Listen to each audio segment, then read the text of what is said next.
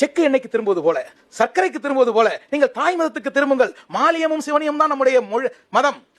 இது ஐரோப்பிய மதம், ஒன்று அரேபிய மதம். அரேபியாவிலே பிறந்த முகமது நபி உனக்கு எப்படி வழிகாட்டியாக இருக்க முடியும் என்று அவருடைய தமிழ் தேசிய முகவர்கள் கேட்டார். சிவன் முருகனை வழிபட்டு என்னை என் மகனை வடபள்ளி முருகன் கோயில் கூட்டி போகும்போது என்ன கோத்திரம்னு கேட்டார் அவர் குருமார். சிவகோத்திரம். ஏன்னா நாங்கள் சிவ சமயம். எங்க அப்பாவுடைய சொத்து பத்திரம் இருக்கு, நீங்க வாங்க நான் வீட்டில் காட்டுறேன்.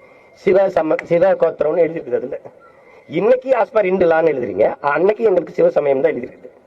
எங்க சமயம் சிவனை வழிபடுகிற சிவசையம், முருகனை வழிபடுகிற சைவம், மாயோனை வழிபடுகிற கண்ணனை வழிபடுகிற வைணவம். வைணவம்ன்றத நாங்க மாலியம்ன்றோம் தூய தமிழ்ல. இப்படிதான் எங்க சமயங்கள் இருந்திருக்கு.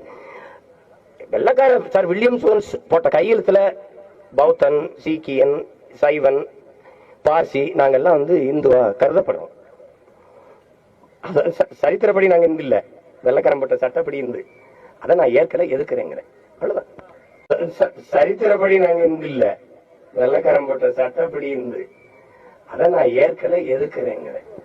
அப்படிலாம் கிடையாது. தமிழன் இந்துவே இல்லையே, கிறிஸ்தவம் இஸ்லாமியும் தமிழன் சமயமே இல்லையே. ஒன்னு ஐரோப்பிய மதம், ஒன்னு அரேபிய மதம். சமயம் என்னுடைய சமயம் சைவம், என்னுடைய சமயம் மாலியம், என்னுடைய சமயம் சிவ சமயம். அதை தெரியாம நீங்க மீளணும் அப்படின்னா மரச்சக்கு இன்னைக்கு வரையில அது மாதிரி இருக்கு, வா திருப்பி வா. சக்கரை சீனியை விட்டுட்டு கருப்பட்டி கரையில் அது மாதிரி வந்துரு. அவ்வளவுதான் நான் கூப்பிடுறேன், அத்தான் கூப்பிடுறேன்.